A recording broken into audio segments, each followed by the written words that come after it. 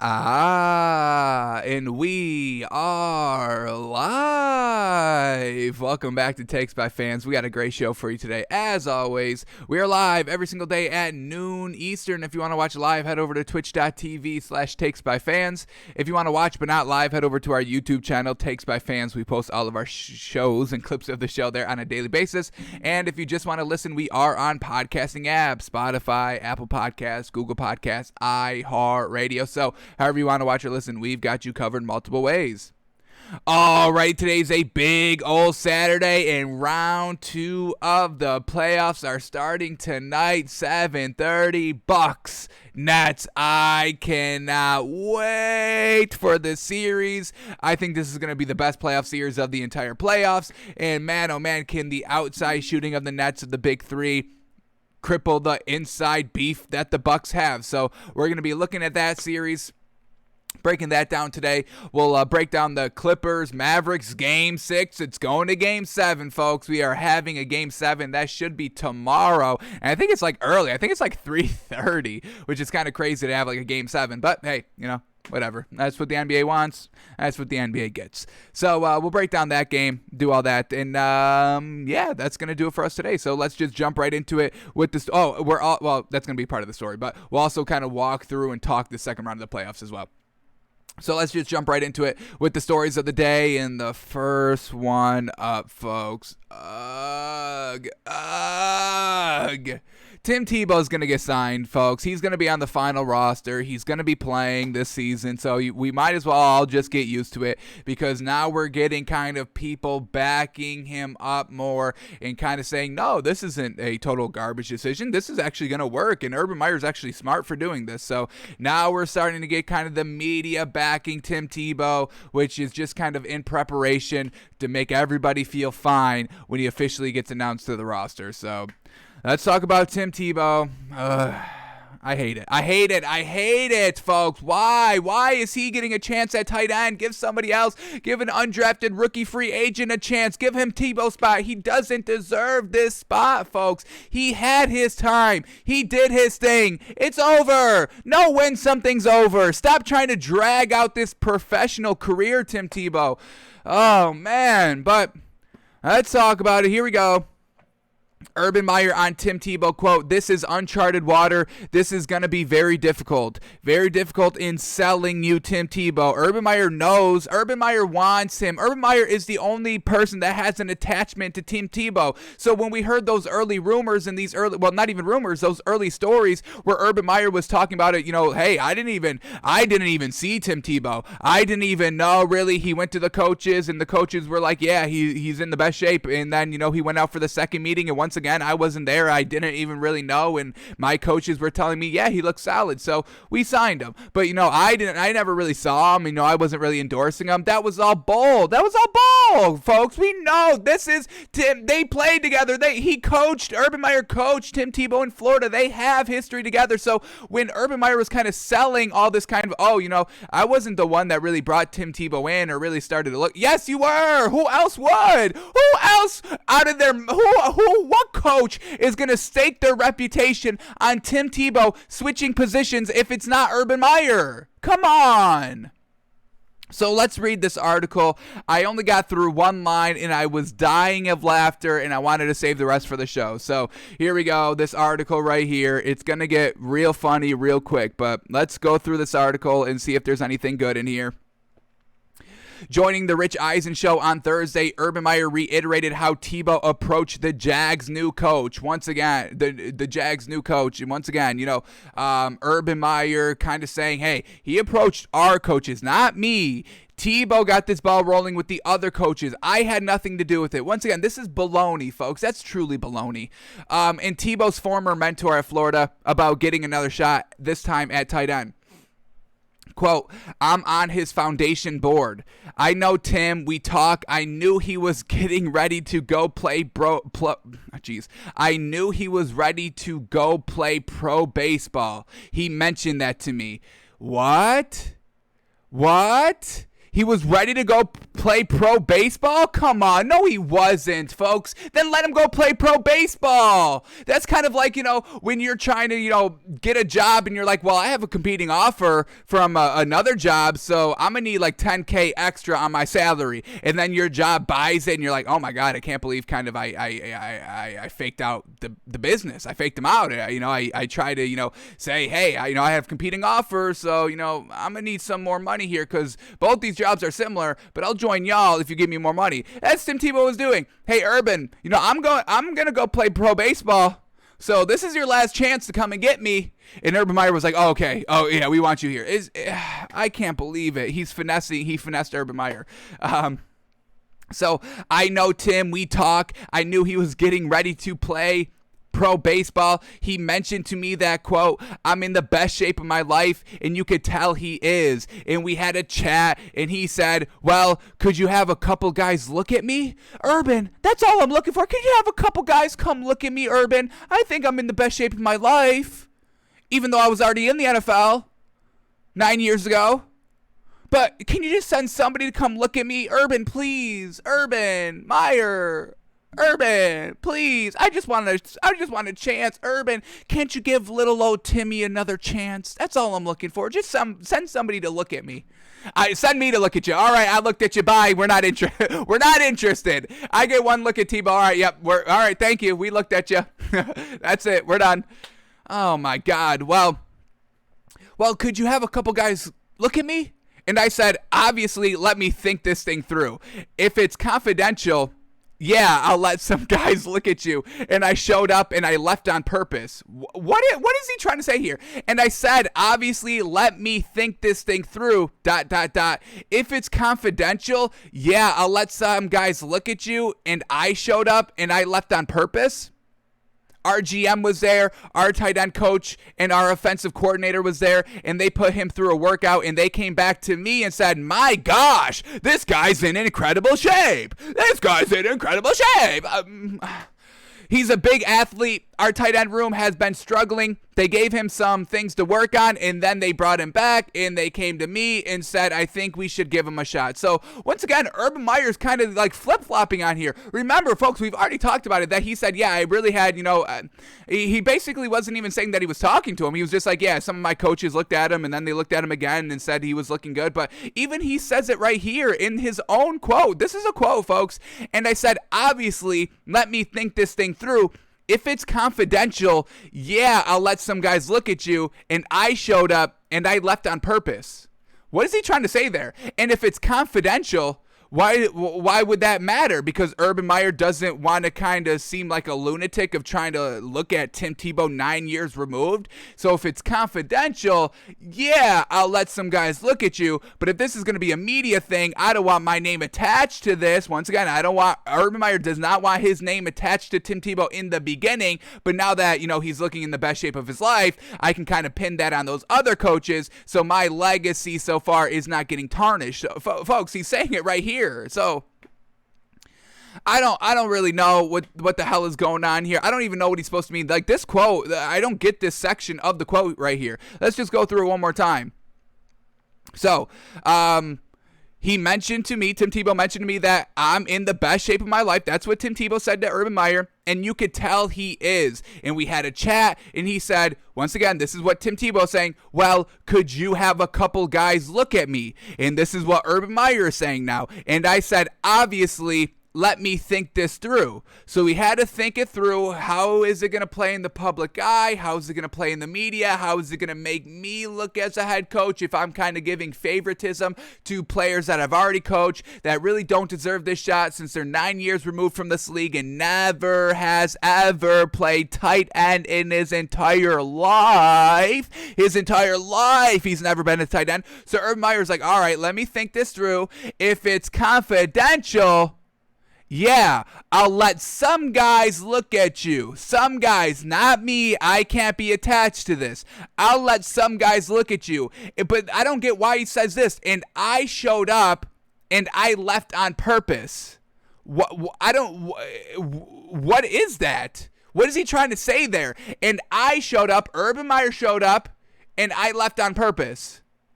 Our GM was there, our tight end coach and our offensive coordinator were there, and they put him through the workout. So why does Urban Meyer not want to be attached to this? Why is this such a big thing of Urban Meyer has to reiterate every time he talks about Tim Tebow? Yeah, we talk, but I was not that first person that looked at him and kind of said that, yeah, he's good to go. Why is Urban Meyer so worried about that? That's the big question mark we have. So I'm not buying anything here. I'm not buying Tim Tebow. I've said this. Y'all, if y'all listen to the show regularly, we talk about this all the time. It's just like this is it's nonsense. This is truly nonsense to have Tim Tebow in the NFL right now.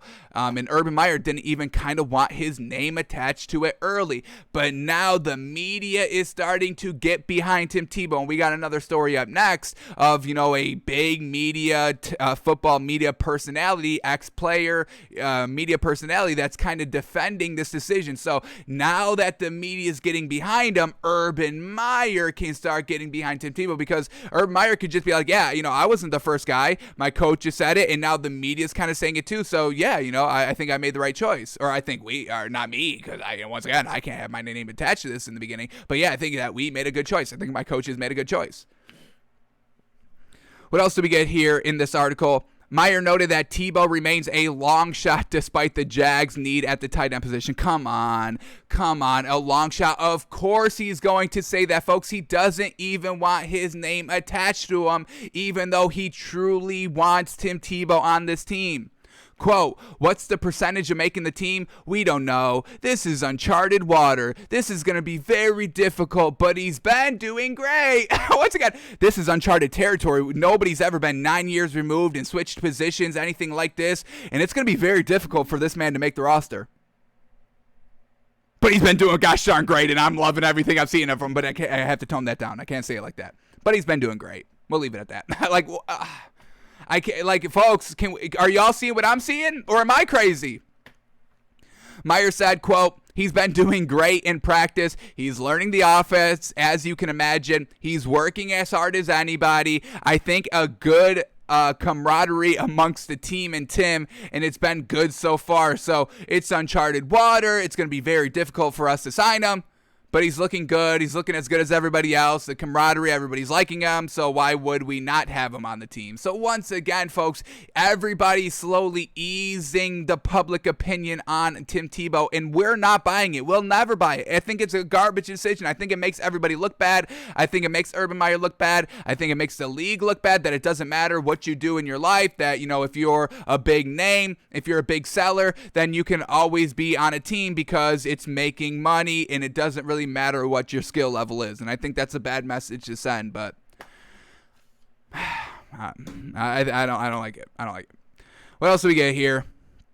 No one has ever taken issue with Tebow's work ethic, but it'll take more than sweat for a 33-year-old switching positions to make the final 53-man roster come September. No, it won't. That's only what it will take, is the sweat. That's why Urban Meyer wants him on there, because Urban Meyer wants somebody that kisses his ass, Tim Tebow, and then Tim Tebow can be in the locker room to be like, hey, isn't Urban Meyer great, guys? And everyone's like, yeah, I guess he's good. But Tim Tebow will be like, no, he's absolutely great. I mean, he's the best coach I've ever had. I mean, folks, I was in New England. I was with Bill Belichick. This man's better than Bill Belichick. I was with the Jets, and, that's kind of easy to be better with. But, man, Urban Meyer's so great, and Urban Meyer's the greatest coach, and he's the smartest coach, and don't y'all just love him?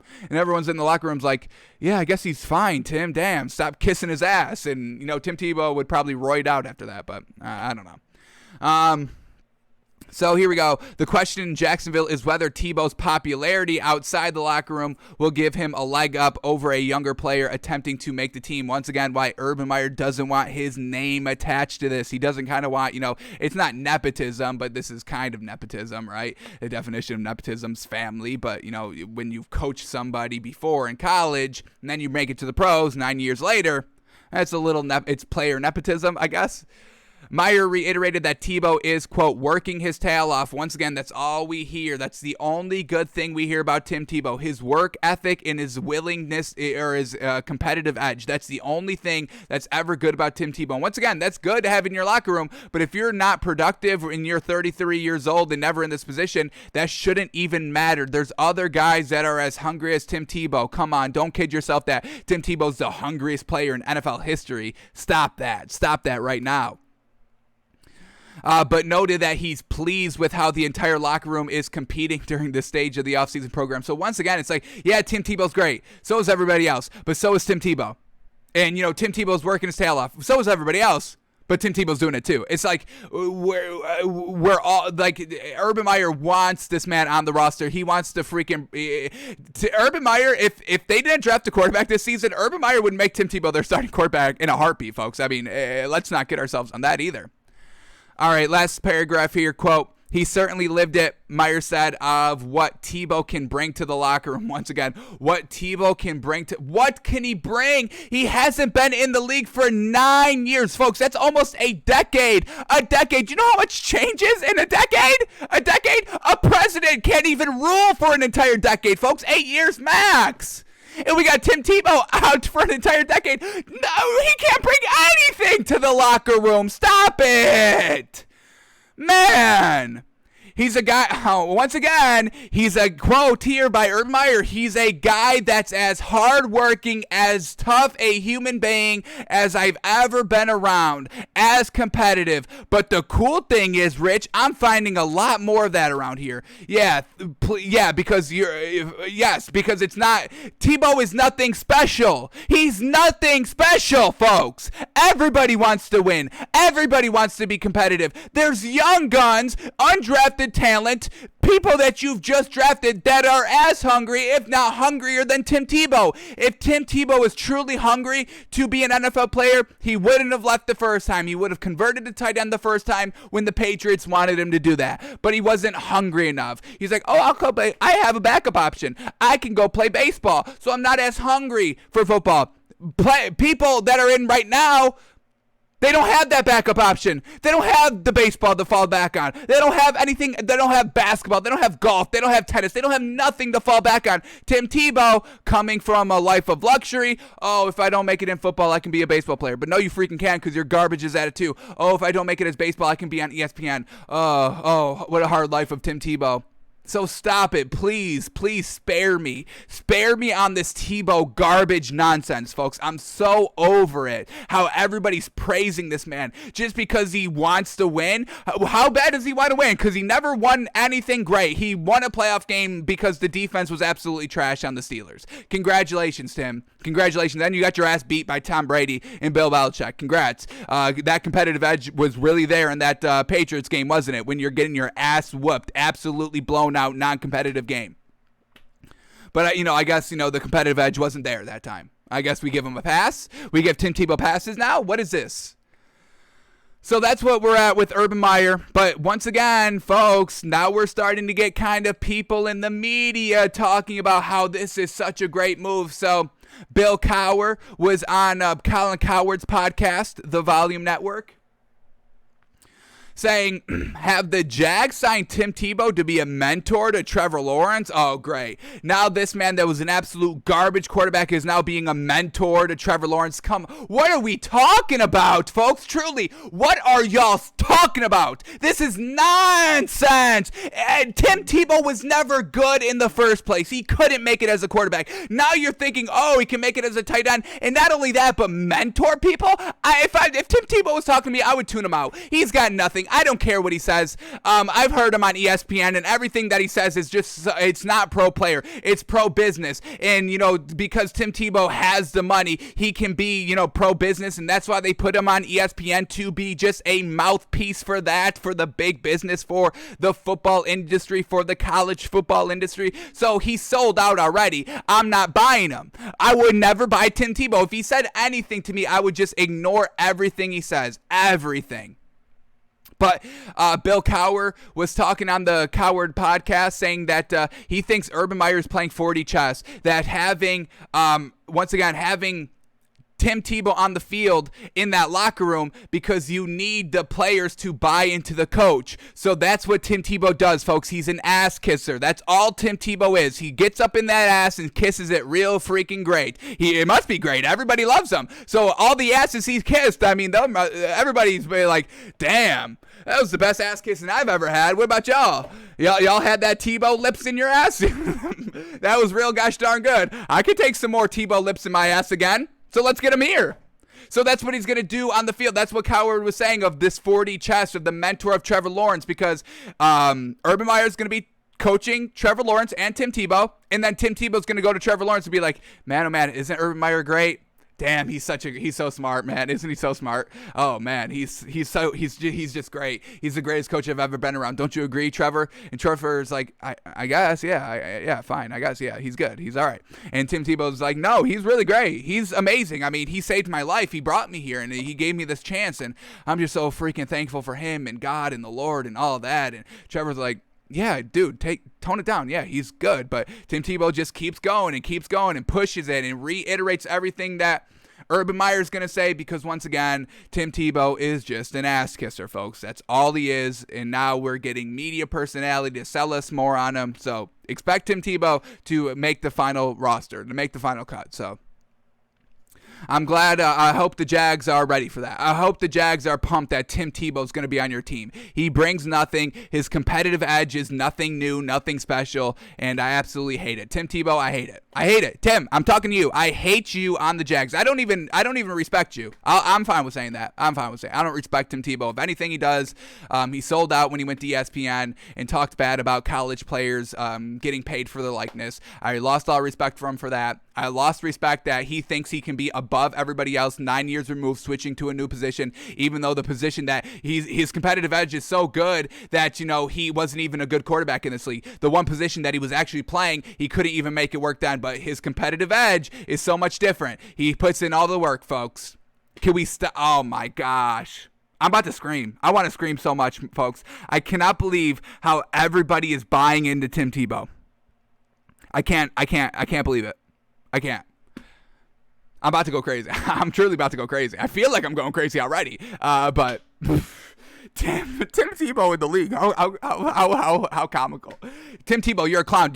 Hey, Tim, I'm talking to you, Tim, right now. I'm looking at you in the camera. I hope you're listening. Hopefully this finds you somehow. But Tim, you are a clown. Do you understand that? You're a puppet. You're a clown. You're nothing special. You're nothing new. And you are a clown. You are a clown. You are there for nothing. Your competitive edge is nothing. They brought you in to build that kind of great kind of addition to their stadium to make downtown Jacksonville look nice and then bring in the hotel. That's all you are. You're a cash cow. You're an ass kisser cash cow. You're absolutely garbage at football. You can't make it in baseball. You can't do anything. You're a sellout to ESPN. You're a mouthpiece. You're a puppet. You're an attraction. You're a circus. You're a clown. Tim, you are a clown. Do you realize that? Or is kind of your head so big because you think everybody loves you that you're actually buying into this nonsense? Because if you're not buying into it and you're just playing the part, I can maybe respect it from that angle a little bit, get that money, okay. But if you truly believe in all the hype that everybody's hyping, then I honestly feel so sad for you. I feel sorry for you. Tim Tebow, you are a clown. You are a clown and you don't deserve to be in the NFL. That's it. I don't care. I don't care anymore. Tim Tebow, I truly don't care. I don't see what everybody else sees. I'm not buying into any of the hype, and you're a clown. That's it. That's where we're going to leave it. Tim Tebow is a clown. A clown. Clown. C-O... Well, I just spelled it wrong, so I'm the clown now. C-L-O-W-N. Clown. Tim Clown Tebow. I'll buy a Tim Tebow jersey and just put clown on the back. Same thing. Clown. Let's move on. I can call him clown for an hour and 40 minutes, folks. Is that what that's tomorrow's show. Me calling Tim Tebow a clown for an hour and 40 minutes. All right, let's move on. Because I'm about to go wild on this man. But here we go. As soon as we were buying Cam Newton, folks, We were literally just told y'all we were buying him a little bit more. We were taking it slowly, but he was rising up in our eyes just a little bit. And now we get this. Cam Newton exits Patriots OTAs after appearing to hit throwing hand on a teammate's helmet, which turns out to be a slight bone bruise. So not the greatest. Hopefully it's nothing more serious, but now, how much is he going to play? How much is he going to get those reps in? Is Mac Jones going to come in? And maybe, I don't think Mac Jones is going to look good, so I don't think he has to worry about him. But, Stidham, is he going to do anything? Probably not, but missing out on those early reps is something that's definitely we don't want to see. We heard that Cam Newton was kind of, learning the language, learning the offense a lot more, and he was having those early reps. Now this kind of slight bone bruise on his throwing hand, not the greatest. So losing that rep, losing those experience, and now they're saying that Ian Rappaport's probably saying right now, or he is saying, not considered major at all, but since it's spring, we may not see much more of him until training camp. So once again, just losing those reps, losing that practice, and now is he going to flounder? I hope not. And it's probably not that big of an issue, but when we were slowly buying him, and now we hear this, I think we're back to square one with Cam Newton now, that we really can't buy him too much. But we'll see how he comes back from this. We'll see how bad of the extent of this injury is. It doesn't seem bad. It's just a slight bump bruise, so nothing too bad so far. But not great. Not great that he's losing out on this experience. Alrighty, here we go. Next story up, and we're talking about players and rookies looking good in the OTAs. Well, we get this little update by the Jets rookie quarterback Zach Wilson. So, tweet here by Express Football. Jets rookie quarterback Zach Wilson was just picked off in OTAs by JT Hassel. Now, it's just an interception, right? Right? Nothing bad, but JT Hassel has 7 fingers, folks. He's got 7. Most people have 10. This man's got 7. And let's take a look at his hand right here. You want to see what Zach Wilson got picked off by? And we're meaning no disrespect by this man when we say this. It's unfortunate, but this is, when you hear that somebody got picked off by somebody with not 10 fingers, you're like, well, how bad is it? So here's JT Hassel's hands, folks. This is what we're working with. This is what picked Zach Wilson off. This. He's got one great hand. One hand's got all 5. That means the other hand's only got the 2. And can we even count this one? Can we count the middle? I'm truly not being disrespectful here. I'm truly not. But can we count this as a finger? This middle nub, where the middle finger should have been? Can we count this? We got the thumb, and that's not even looking so great as an actual finger. So I'm saying 6 at most. I don't think I can count this one as the finger. That's like 1 digit. It's like 1 digit of a finger. Fingers have like 3 digits, folks.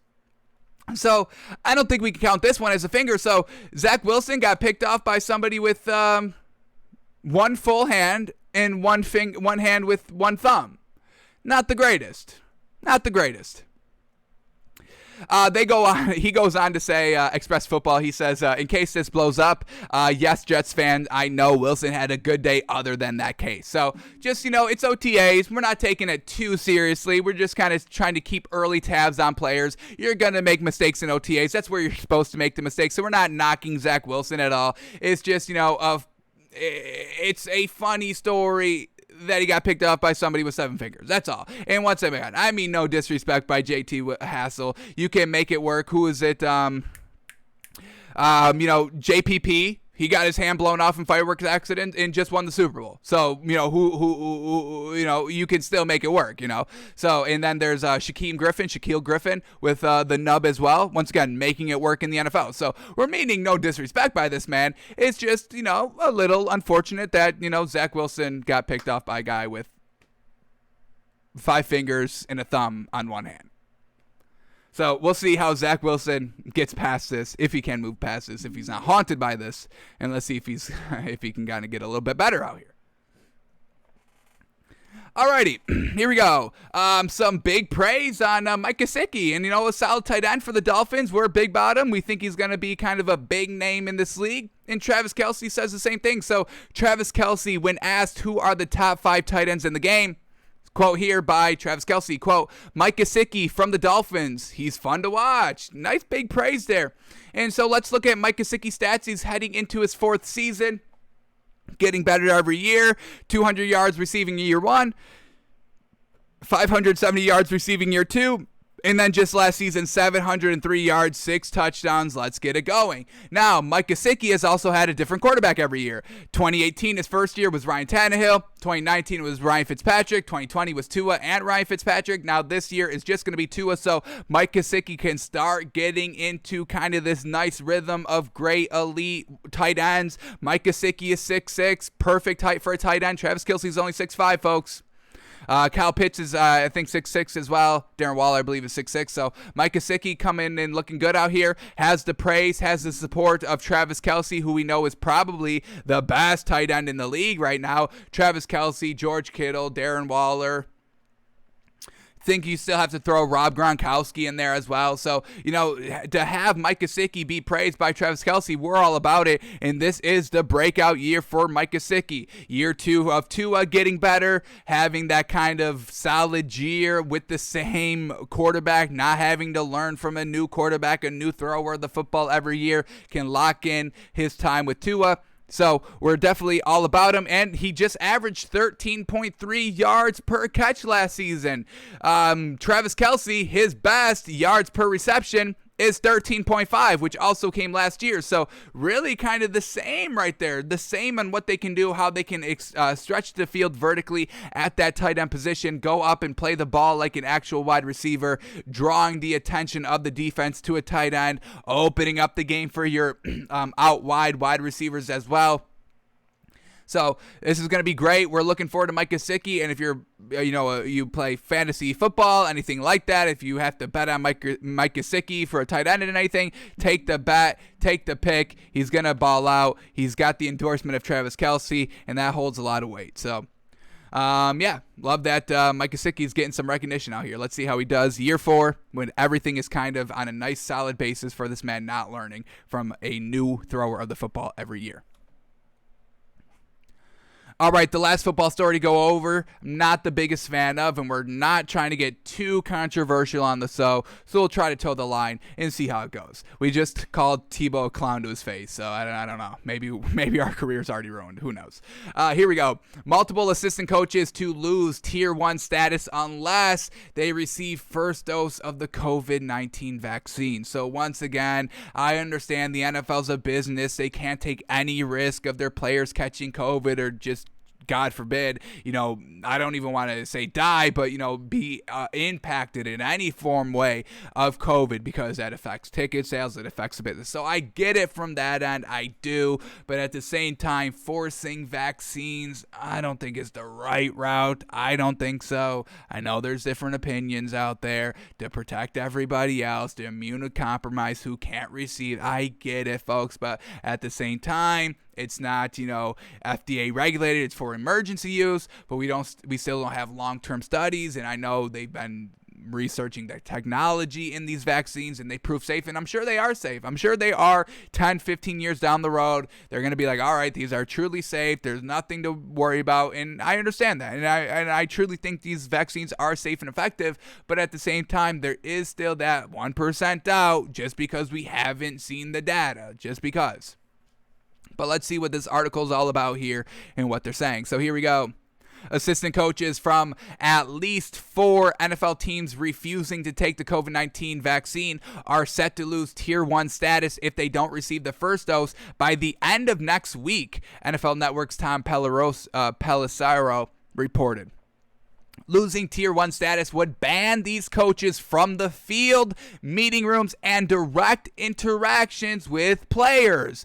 I mean, folks, you can't lose Tier 1 status if you're an assistant coach. You need to be on the field. How are you going to work from the box office? And you'd have to have kind of a radio and binoculars to see the play, the walkie-talkie to relay that information of what you're seeing down to the other coaches that then can in turn relay that information to the players. So they're really kind of forcing the vaccines here. Forcing but not forcing. I mean, we're not forcing you, but you can't be on the field. and you can't interact with the players, and you can't do this, and you can't do that. So, yeah, they're not forcing, but they're kind of bending your arm a little bit, a la forcing. Although teams are being advised to consider restricting their access, the NFL allows unvaccinated individuals to maintain tier 1/2 status, 1/2 status, if they provide a valid medical or religious reason. These latest developments leave most coaches with one or of two choices: get vaccinated or spend the season in the office and off the field. I mean, there it is. Those are your two choices. Okay, you can have your reasons, but you're still not going to be on the field. You're not going to be affecting the talent. You're not potentially spreading the disease to the talent, because that is going to affect the owner's earnings, which is going to in turn affect the ratings, which affect the NFL's earnings. So once again, money. Once again, the main one of the main fundamentals that we talk about on the show is competition. Cash rules everything around me. Those are two big things that we talk about. So, once again, if it affects the money, we're going to kind of have not forced vaccinations out here in the NFL. And once again, I don't want to get too controversial. I know if you go not against the right narrative, you get instantly banned from everything. So, I know. But once again, these vaccines, are they actually stopping the transmission? Because they just lessen your symptoms. And isn't that what we were all afraid of in the beginning of the pandemic? You having to stay home because you could be an asymptomatic carrier and not knowingly spread the disease? But that's exactly what's going to happen with the vaccine, because it doesn't prevent transmission. It just lessens your symptoms. So if you're vaccinated and catch COVID-19, you don't know you have it, but you're allowed on the field. So that's all I'm talking about, folks. Look, take the vaccine, get the vaccine. Take the vaccine, don't get the vaccine. I don't care. I truly, I don't care. If you feel you want to get the vaccine, go ahead. I get all the vaccines. I don't care. If you don't want to get the vaccines, truly, don't get it then. I don't think it's, I don't know. I get it, don't get it, I don't care. That's the point right here. Do what you think is best for your circumstances, given all the information that you've seen. Parse through the data of all the data that you've seen and make the right decision for you, for yourself. So it's just, I just want some consistency. I want some honesty. We don't even know where this virus came from, and it's been almost 2 years, and we still can't even talk about a theory because it goes against, China's Communist Party, the government of China, and we're not bashing any Chinese people, any Asian people, anything like that. It's the government that everybody's kind of talking about, and you can't talk about it because then they censor everything, because China...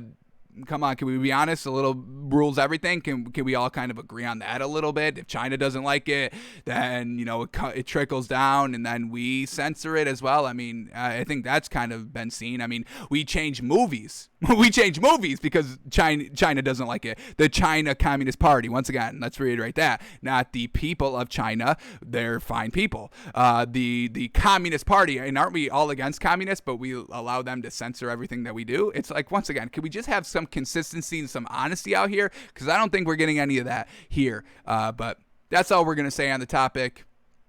Make your own decision. Come up to your own conclusions. This is, America, the home of the free. I mean, we're allowed to say whatever we want. I mean, the First Amendment right, and I know it doesn't, businesses can restrict it. But once again, is that true freedom then? If businesses can kind of, they're independent businesses. Yeah, they can do whatever they want. They truly can. But at the same time, is that really the American way? If you have to restrict access to information and speech and all that, it's just, I get it. If you want to get that technical, yes, businesses can do whatever they want. They're private businesses. They don't have to abide by the Constitution, I guess. But is that truly American then at that point? So it's like, I don't even know. I'm not trying to get this wild, but I mean, what are we doing here? I feel like there's no more rational thought. You can't even have a rational discussion. Joe Rogan said, hey, if you're, under 21 or if you're like 25 and younger, yeah, don't take the vaccine because COVID doesn't affect you. I mean, I thought that was kind of sensible to say, but then everybody in the media just literally called him like a crazy sociopath and that you should never listen to him. But honestly, Joe Rogan's the most sensible person on the internet. Honestly, having honest, open discussions. But that's where we'll leave this. Let's get back to this article right here. Let's finish it. A couple more paragraphs here. Although teams are being advised to consider restricting their access, the NFL, we just read that one. So here we go. Next paragraph. Vaccination rates among NFL players remain low. So the players aren't doing it, and they don't want to kind of, once again, why does the NFL not force the players if that's their moneymaker, but they're going to do the coaches? So once again, they don't want to hurt their product. The players are the product, and they don't want the product to get the vaccine. Why? Because I thought the vaccine was safe. But these coaches can because that's not the product? So once again, just inconsistencies, folks, and that's all we're asking for, consistent and honesty. We got, Fauci emails that were not leaked. They all came about by Freedom of Information Act, FOIA. Once again, a great thing that's in the United States that just passed, I think, a couple of years ago, that, whether it's a law or it's whatever, the FOIA, the Freedom of Information. That got released because Fauci's a government official, and then looking in the emails, it's like he's kind of going against what he was saying in the narrative or in the emails in the public narrative. So once again, it's like, can we get some honesty? Can you just be honest? Where did the virus come from? Where do you think it came from? How deadly is it? Were you just kind of piling every death under COVID? Can we just get some honest and consistent information? But once again, in America, freedom of information, that's a little bit too much to ask for. So vaccination rates among NFL players remain low compared to league staff. But it's not mandatory for players, only tier 1, 2 staff. So once again, why? If the vaccine is so safe and effective, why aren't the players getting it? Why isn't the NFL making the players get it, but the coaches get it? It doesn't seem to make sense, folks. It's like, wearing a mask in the restaurant until you get seated, and then you can take it off. That's safe. It's like, once again, what are we doing? What are we doing? Can we just have honest, open conversations, talk it all through, instead of just one narrative that everybody has to fit through? And if you're not fit through there, then you get canceled and banned and, thrown into oblivion because you're a monster, you're killing your grandmothers, you don't believe in science, you're an anti-vaxxer, you're all this stuff. Come on, folks. Dr. Alan Stills, the NFL's chief medical officer, told clubs last month that players, coaches, and staff would get the Pfizer or Moderna vaccines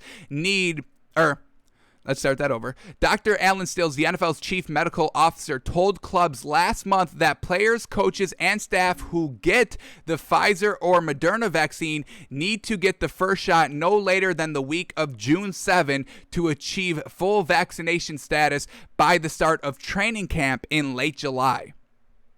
So that's kind of why they have to do it by the end of next week to kind of get 100% true vaccination status, because it's about, I think it's 2 weeks after your last shot until you're kind of fully vaccinated.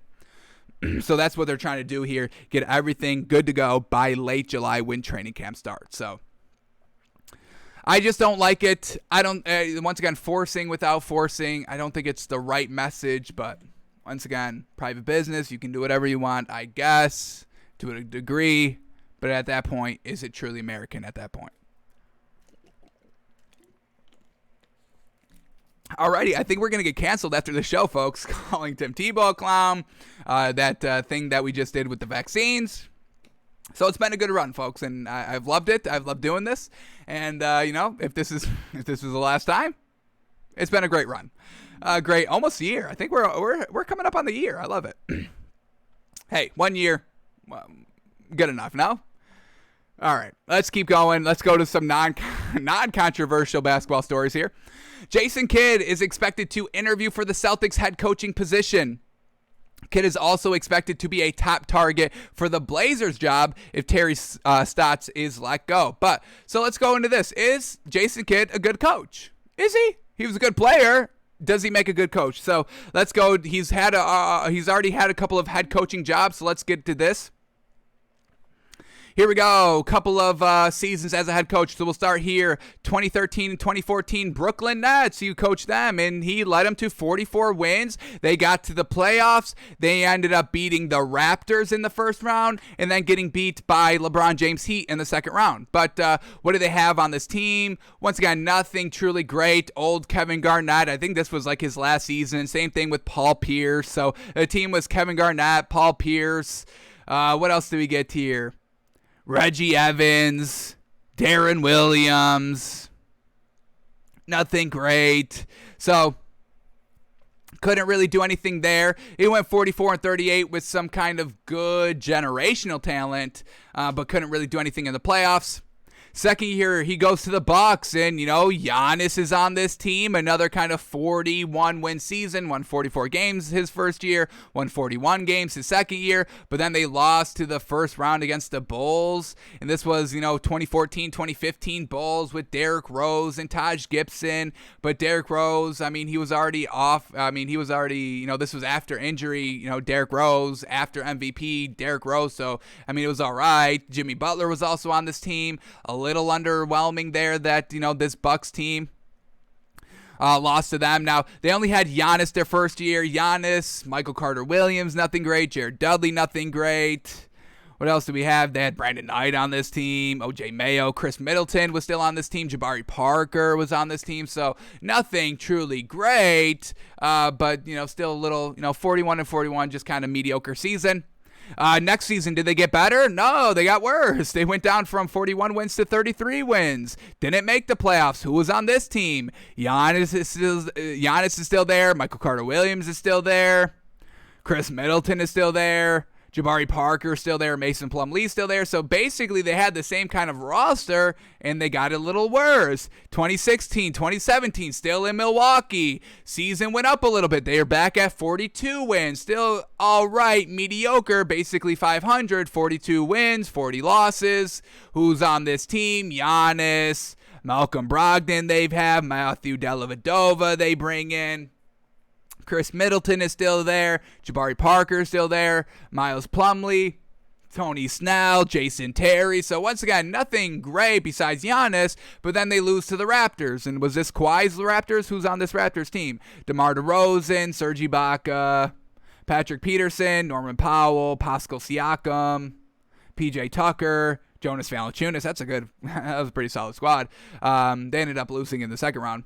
That Raptors team. But once again, a little underwhelming performance by Jason Kidd. So does he just need kind of great players? He can't make it work if you're not a great player. And then his last season in Milwaukee, absolutely trashed, 23 wins. He gets let's go middle of the season. So what did he do with this roster in the beginning? Once again, Giannis, Eric Bledsoe's on this team, Matthew Dellavedova. Chris Middleton is still here. Greg Monroe is still there. Jabari Parker is still there. Jason Terry. So once again, not the greatest team overall, but still he couldn't kind of up-coach those players that are still, you got Giannis, you have your superstar, and then who's there? Mike Budenholzer, he steps in for Milwaukee and instantly is having success ever since, 2017, 2018. So it's like, is he that good of a coach actually, or does he just need stars around him like Steve Nash? So I don't know if this is a great hire here for any team for Jason Kidd. I truly don't think he's that great. He's a good assistant, but I don't know about a true head coach where all the decisions lie on him. So I'm truly not getting this narrative that he should be kind of the front runner of all these teams that need a head coach. So we'll see how it goes. But then also him with the Blazers, and Damian Lillard is advocating for him. Damian Lillard's preference for the Blazers' next head coach is Jason Kidd. Quote, he's the guy I want from Damian Lillard. So Terry Stotts is most likely on the way out. Once again, underperforming on that team as well. This Blazers team just can't get over that hump, and they have some good talent on that team. Once again, kind of like what Jason Kidd did. Decent talent on those Bucks teams, on that Nets team, but still underwhelms just a little bit in the playoffs, and just overall that 500, nothing truly great. But Damian Lillard wants him. It's like, really? That's the coach? Jason Terry, who's basically just Terry Stotts? So we'll see if anybody hires Jason Terry. I don't get the hype around him. I never did, and I still don't like it, but we'll see how he goes. We'll see how he does. I'll give him the benefit of the doubt. I guess I'll try, but I'm looking at Steve Nash, and I'm not liking any of those decisions either. He's just kind of benefiting from a big three. And maybe Jason Kidd can also benefit from a big three as well. But once again, Ty Lue, he benefited from LeBron and now can't even win a home game in this playoff series. What's that about? Just relying on Kawhi Leonard to do it all? It's like, at some point, can we get a good coach somewhere? Frank Vogel's a pretty good coach. I like what he's been doing. I think he's actually doing a good job of, doing the lineup with just kind of, with strong opinions of LeBron and AD. It's kind of hard to coach when you got those players on your team, but I think he's doing it pretty well. I like his defense, number one defense in the league, pretty solid there as well. That's coaching. But I can't get behind Jason Kidd, folks, at all, literally. But we'll see. I'll give him the benefit of the doubt come next year, I guess, but I'm not liking it. Alrighty. Last basketball story to go to is basically round 2 starts today, folks. Round 2 in the NBA starts today. We have all the round 2 matchups set, except that Clippers-Mavericks series to go on and face the Jazz. We still don't know who's going to face the Jazz. We get Game 7, I believe, tomorrow in LA, and who knows what's going to happen then. Honestly, the series has been wild. Road teams winning every single game. Kawhi Leonard going wild in their wins. Luka going wild in their wins. But push come to shove here. 7-game series. One and done now. Let's see who gets the win. And man, oh man, it's going to be tough, man. I truly don't even know what's going on, but I don't even know who to call. I would say Dallas has a slight edge just because the road team has won every single game. That's been the one consistent through this entire series. Road team wins. So I think I have to give the slight edge to the Dallas Mavericks. Let's see if kind of this Clippers team cannot flounder in a pressure cooker game for once in their life. We'll see. So let's talk about the other matchups. We can also talk about the Jazz matchup both ways. So let's see. Has anything changed? We have our official predictions here of when we did it the day of the playoffs. When the playoffs were starting that day, we went through, walked through the playoff tournament, and crowned the winner of the Bucks against the Jazz. But let's see if anything has kind of changed in our minds given what we've been seeing in the first round, some injuries, how players are playing, sweeps, records, all that. So we'll start here with the Nuggets and Suns series. We predicted this correctly. We said Nuggets and Suns. We had the Suns winning in 6. We had the Nuggets winning in 7. And that's how we got to this Nuggets-Suns series. Now, we initially predicted it Suns in 6. Do we still agree with Suns in 6? I don't know.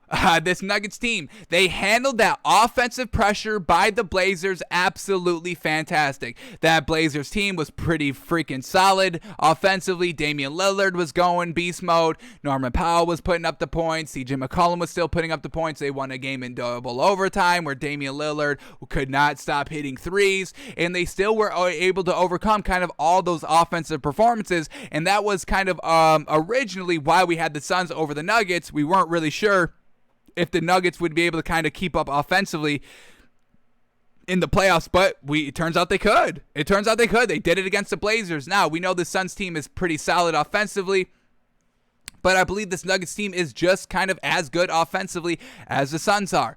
How is Chris Paul? How is his injury truly affecting him? We kind of saw him kind of sit light minutes when Anthony Davis officially went down in that last Game 6. In that Lakers series. So how bad is the injury? But he has to go up against Facundo Campazzo and Monte Morris. Really, no, I mean, they're solid. We'd still like those players, but, Chris Paul's in another stratosphere of those two players. So, he doesn't have hard competition to go against, but he still has decent competition, and he still kind of needs to be out there.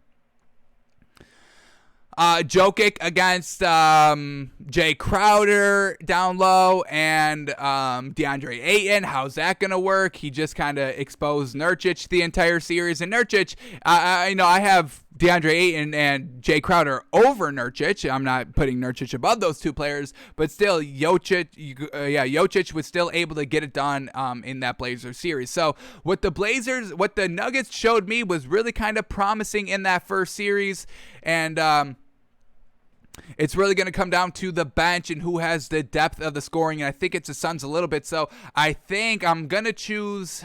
It's tough. It's going to probably go 7. It's going to be a great series. I think I'm going to give the slight edge over to the Suns just because Devin Booker's been looking really great in that first series. So is Michael Porter Jr. and so is Jokic. But I think the scoreability of the Suns is just a little bit more. I know the Nuggets kept up great pace with that Blazers team, and that's why it makes this kind of series this much more interesting and this much more hard to call. I think it's probably going to go 7. I think I would like to see the Nuggets win it over the Suns, and I think they have a real great chance at winning it, especially what we just saw in that Blazers series of what the Nuggets were able to do. But the defense of the Suns and that offense firepower, oh man, this is tough. I don't know if I want to lock in the Suns. I'm kind of leaning towards the Nuggets, folks. The length of that Nuggets team may be able to lock down the Suns a little bit. I mean, we haven't seen the Suns go against a team that has the offensive firepower. That Lakers offense was lackluster the entire series, and the Suns were able to win and take advantage of it. But they're not going to be able to do that against the Nuggets. I think I'm going to change it here. I think I'm going to go Nuggets in the series, folks. Nuggets in 7. Nuggets in 7. Nuggets in 7. I loved it. I loved what I saw from the Nuggets. Alrighty, let's go to, so we got the Nuggets in 7. Now let's go to the Jazz. So we initially predicted this one, the Jazz and the Clippers. All right, let's talk about whatever happens, it's the Jazz. The Jazz are coming out of it. They have that offensive firepower, and that's what's going to win these teams. That's what beat the Clippers, the Mavericks' offensive firepower, and that's why the Mavericks were losing all those games, their lack of offensive firepower. So the Jazz are going to be able to beat both of these teams. I don't think it matters. The Jazz are going to win the series regardless of who's there. So if it's the Mavericks, they probably win in 5. If it's the Clippers, they probably win in 6. But it's going to be the Jazz regardless. I'm going to have Jazz in 6. I think the Clippers are going to rise to the occasion for game number 7 and win it. But trends have told us that road teams win. So either way, I don't think it makes a difference. The Jazz, I don't see them losing against the Clippers, and I definitely don't see them losing against the Mavericks. The Jazz can kind of match that firepower that the Mavericks have while also playing great defense, and the Jazz have so much more options to score the ball over the Clippers. I mean, just look at the first round matchup, Jazz-Grizzlies. I mean, the Grizzlies had good defense, but that offense scoreability was just lackluster. You could rely on John Morant, you could rely on Dillon Brooks, and you could rely on Valanciunas. That's 3 decent scores of the ball there for the Grizzlies, and that's only what the Clippers have. Kawhi Leonard, Paul George, and Reggie Jackson. Those are the only kind of 3 consistent offensive players where the Jazz, Mike Conley, Donovan Mitchell, Rudy Gobert, Jordan Clarkson, Bogdanovich, Joe Ingles. I mean, that's 6 players right there that we can rely on consistently every single game. We don't have that firepower with the Clippers. So Jazz in 6 there.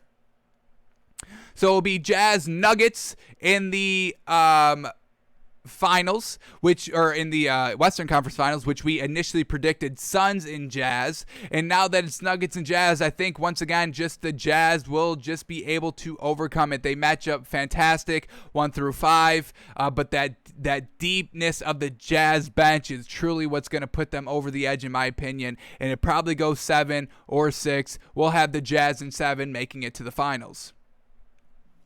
Now let's talk about the Eastern Conference. We'll start here with the Hawks and the 76ers. Once again, we correctly predicted this second round matchup. We had 76ers and Hawks. We had 76ers and 6. And now, without Joel Embiid, this is a huge opportunity for the Hawks to actually win this series. Ben Simmons at the 5 is still going to be good, but once again, he's not going to be able to kind of score like Clint Capella can score. And Clint Capella is going to be a tough matchup for Ben Simmons. I know Ben Simmons is a great defender, but having to go down low is going to be tough. Now, the 76ers and the Hawks both have great scoreability outside of their kind of bigs. And they both have decent benches as well. And we'll see if Lou Williams plays a lot more in this series. We didn't see that a lot, but not having Joel Embiid, we're going to have to see Danny Green step up, and that really hasn't been happening. Seth Curry has decently been stepping up. We can always rely on Tobias Harris, but at the end of the day, I can rely on 1 through 5 scoreability here for this Hawks team. So I think I'm going to go Hawks in 6, folks. I think this, I don't think Joel Embiid is going to be able to go that much or go as hard as he can. And if he goes, maybe it's the Anthony Davis treatment, where he's in for 5 minutes and then has to exit the game. So that's a huge blow to this 76ers team, and I think I'm going to go Hawks in 6 because of it. We initially had 76ers in 6, but that was with Joel Embiid. I mean, Joel Embiid, that's the heart, that's the soul of this 76ers team, and we'll see if they can kind of, match up their lineups, keeping Ben Simmons at the 5. He has to stay at the 5, but I still don't see it. All right, the second matchup here, which starts today, the Bucks in the Nets, and I cannot freaking wait for this one. We initially predicted this one in Bucks in 7, and I'm still gonna go Bucks in 7 here. The beef of the Bucks is going to give the Nets trouble, folks. We just saw it. We literally just saw it earlier at the end of the season, folks. The first time, May 2nd and May 4th, back-to-back games here. The Bucks win the first one by 3 points. They win the second one by 6 points. So the Bucks were able to win both matchups. Now, James Harden did not play in this series. I get it, but that's not what's going to help this Nets team. They were still able to kind of get that offensive firepower. 42 points by Kevin Durant, 20 points by Kyrie Irving. Now, James Harden does still bring that offensive scoreability, but that down low beef, that's what helped the Bucks win the series. Giannis went for 49 points. Chris Middleton went for 26 points in game number 1. Game number 2, Giannis went for 36 points. Chris Middleton went for 23 points. So their kind of beef was able to still get it done. In the second meeting, Kevin Durant went for 32 points. Kyrie Irving went for 38 points. So that scoreability was still there. You add James Harden to that. Is that gonna push it over the edge? Is he gonna still be able to score? With this kind of beef of the Bucks, is he gonna be able to drive? Is he gonna be able to force fouls? Is he gonna be able to get it in close to the basket? And now the bigs of this Nets team. We saw DeAndre Jordan sit out basically the entire series in their first round matchup against the Celtics. Now, are they saving him? Because DeAndre Jordan played in both games here and started nothing great. First game for DeAndre Jordan, 10 points and 11 rebounds. He was a -2 on the floor. Still not terrible at a -3 loss. Not bad.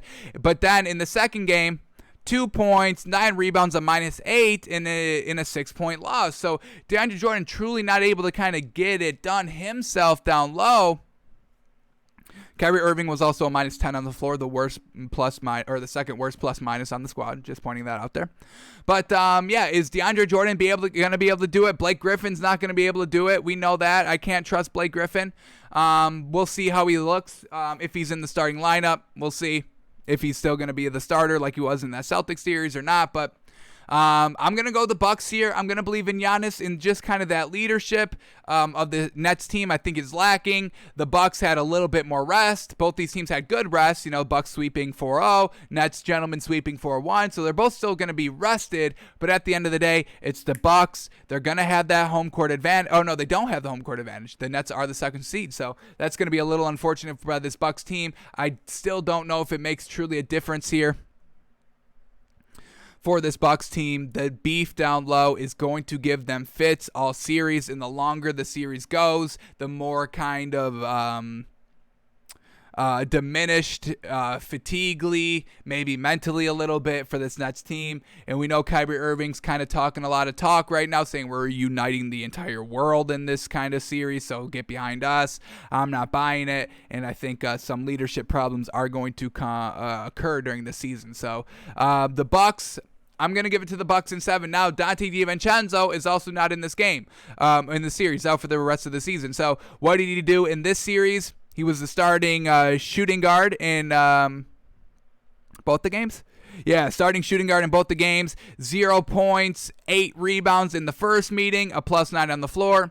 And then 10 points, 15 rebounds, a +2 in the second meeting. So solid production still out there by Dante DiVincenzo. We'll see how the bench steps up for the Bucks. We still believe in it. We still believe they're decently deep. Bryn Forbes has made his kind of appearance here in the first series, so we'll see how he's able to rock it. But overall, the beef down low, I think, helps the Bucks, so we'll have the Bucks in 7.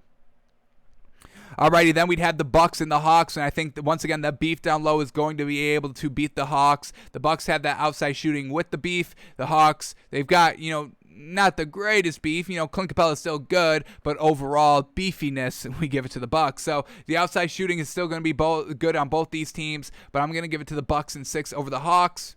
And then that leaves the finals of the Jazz and the Bucks. And I want to see the Bucks win. I truly do. But the Jazz, they're just seeming too deep. The Bucks just lost on DiVincenzo, once again hurting their depth. The Jazz don't have that problem yet. So I'm going to go Jazz in 7 now officially.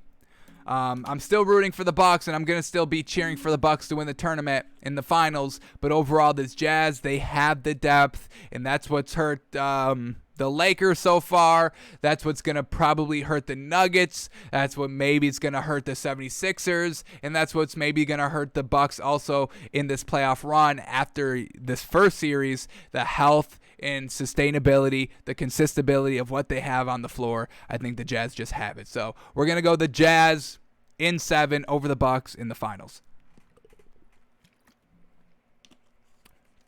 So after given everything that we've seen in the first round, Jazz are the new finals champions. Alrighty, those are all the stories that we needed to go over and talk about. So let's head over to the NBA from last night. We'll break down that game, talk about it, and then we'll talk about today's second round matchup, and then we're out of here. So here we go. Clippers, Mavericks, Game 6, and man, oh man, what a good game overall, just kind of going back and forth the entire game, but the Clippers were able to close it out. All right, so let's talk about this game in the first quarter. Who went off in the first quarter? It was I'm blanking. It was Reggie Jackson went off in the first quarter for this Clippers team, making it competitive, and that's exactly, folks, we've been saying it all season. Reggie Jackson needs to be in the starting lineup because he brings that scoreability, and that's what we saw in the first quarter last night. So, Reggie Jackson putting up 25 points, 4 assists, 9 rebounds for this Clippers team, 3 of 7 from the 3. He was a second leading scorer, and he was a plus 13 on the floor. So, once again, Reggie Jackson is the best starter here for the point guard position for the Clippers, which we knew. Then, Luka Doncic and Tim Hardaway Jr. do their thing in the second and third quarter, but then Kawhi Leonard really stepped up. I mean, he had a bad first quarter. He only put up like 3 points in the first quarter, and then 42 points for the rest of the game because Kawhi Leonard went off for 45 points, 6 rebounds, 3 assists, 2 steals. He shot 5 of 9 from 3 and 72% on 25 shots, and we've got the ice bucket here. Clippers up 5 points, 95-90 with a minute and 48 seconds left. Kawhi Leonard just toying with the defense. And once again, I mean, this Mavericks team making the same mistake that the Nuggets made in that Blazers game where Damian Lillard was going crazy. There was no double team on Kawhi. He was just cooking one-on-one matchups. And this is the ice shot right here from 3. Put them up 8 with a minute 40 seconds left. Bingo, bango, cash out, 8-point lead. And that's game with a minute 40. So Kawhi Leonard going on his clutch mode. We love to see it. Had a great game.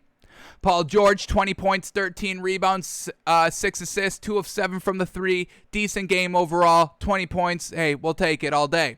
Nicholas Batum, 6 points, 5 rebounds. Marcus Morris, 4 points, 3 rebounds on 1 of 10 from the field. Not the greatest there. And then we have Terrence Mann. They barely played any of their players off the bench, but Terrence Mann in 10 minutes, 0 points. Rajon Rondo in 10 minutes, 0 points. Zubac in 5 minutes, 2 points. And Luke Kennard in 10 minutes, 2 points. So we know this Clippers team does not have that kind of deep scoreability. That's what's going to hurt them in the next round, we assume. But they were able to take care of business last night. Forced the Game 7, and Kawhi is going to have to be back on his bullshit in Game 7 at home, and we know that's kind of, unfortunately, where he flounders. We don't know why he can't play at home, but they don't win at home. So Kawhi Leonard's going to have to do his thing. Paul George is going to have to put up the same repeat performance, if not better. Reggie Jackson's also going to have to put up this repeat performance, if not better, and it seems like Ty Lue is just putting the starters out there for the entire time. Kawhi Leonard playing 41 minutes, Marcus Morris playing 41 minutes, Batum playing 36, Paul George playing 45, and Reggie Jackson playing 37. So it seems like those starters are going to be out there in full force for Game 7 because they don't have that good bench.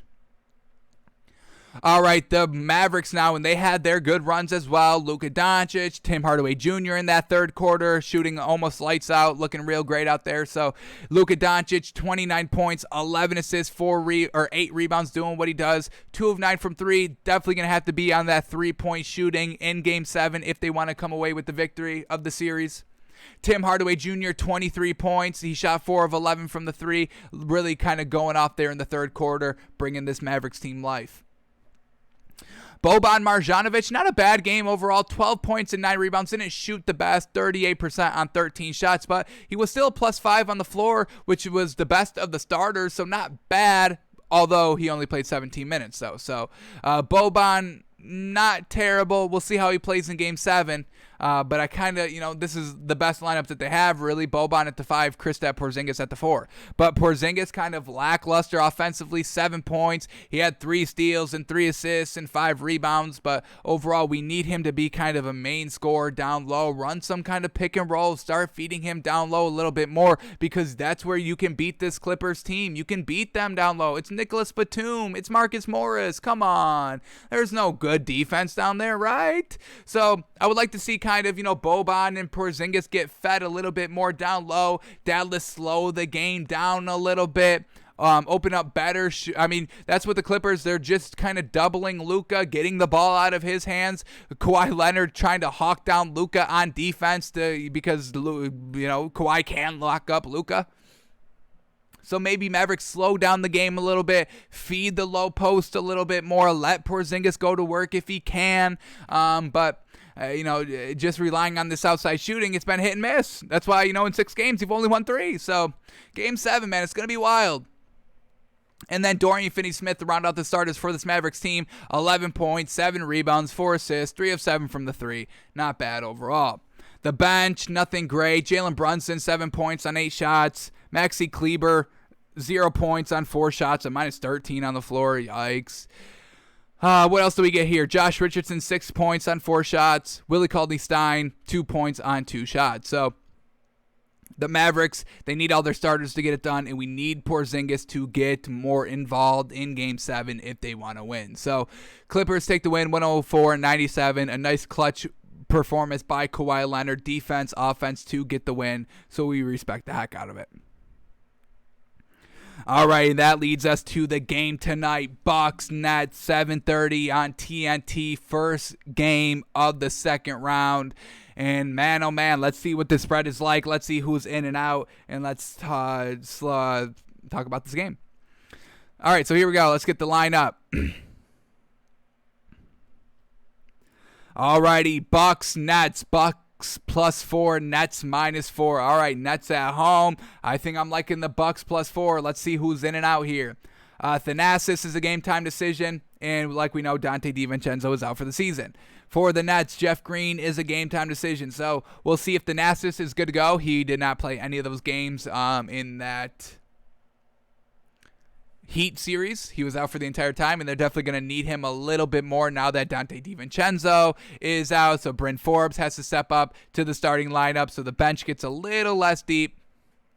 So Bucks Nets, folks. James Harden, Kevin Durant, Kyrie Irving, all good to go, but it's DeAndre Jordan and Blake Griffin and Nicholas Claxton versus Giannis and Chris Middleton and Brook Lopez down low and PJ Tucker. That great defense off the bench as well. So the beef of this Bucks team is truly going to be great. It won them their kind of last 2 meetings. I know that they were in Milwaukee for those 2 games. I also know that there was no James Harden for those games, but at the end of the day, it's the beef that is going to be the death of this Nets team. We know the Bucks have that good outside shooting. We just saw it for the entire Nets, for the entire Heat series. Let's get up their score totals for that entire series. I think I've got it up somewhere here.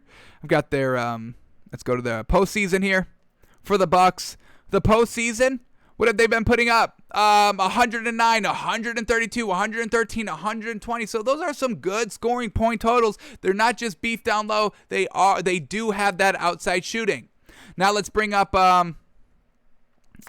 this Bucks offensive total here. Or the Nets, excuse me, their offensive total, 104, 130, 119, 141, 123. So, I mean, how many? They put up 141. That was the most of the Nets. And the Bucks put up 132. So they were still able to 120, 132, 113. So, yeah, it's still a little bit light. The Nets 130, 119, 141, 123. So the Nets still have that outside firepower. But once again, is it going to be the beef down low that just kind of slows down the game?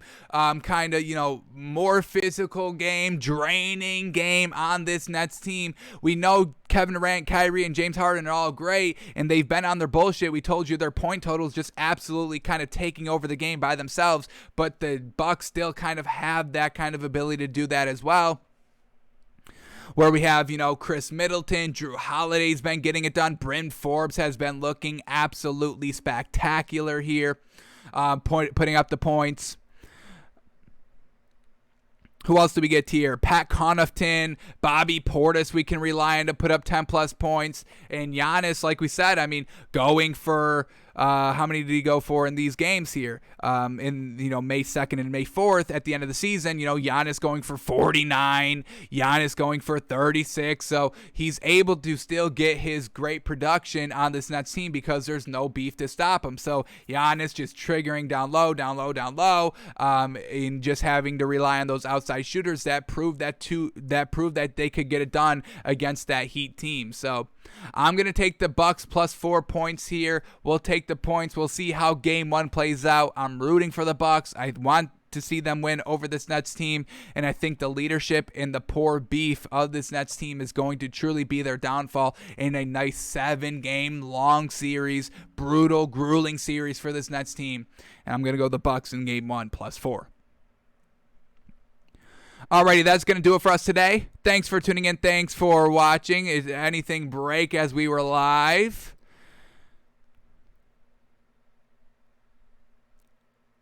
Did Terry Stotts just get fired?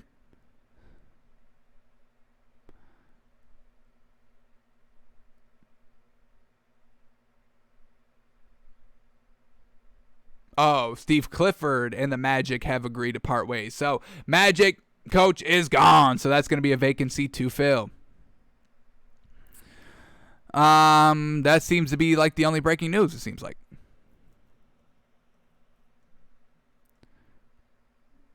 Alrighty, folks. That is going to do it for us today. Thanks for tuning in. Thanks for watching. We're back tomorrow breaking down the Nets and the Bucks. Enjoy that game tonight. It's going to be a great one. And we will see y'all tomorrow.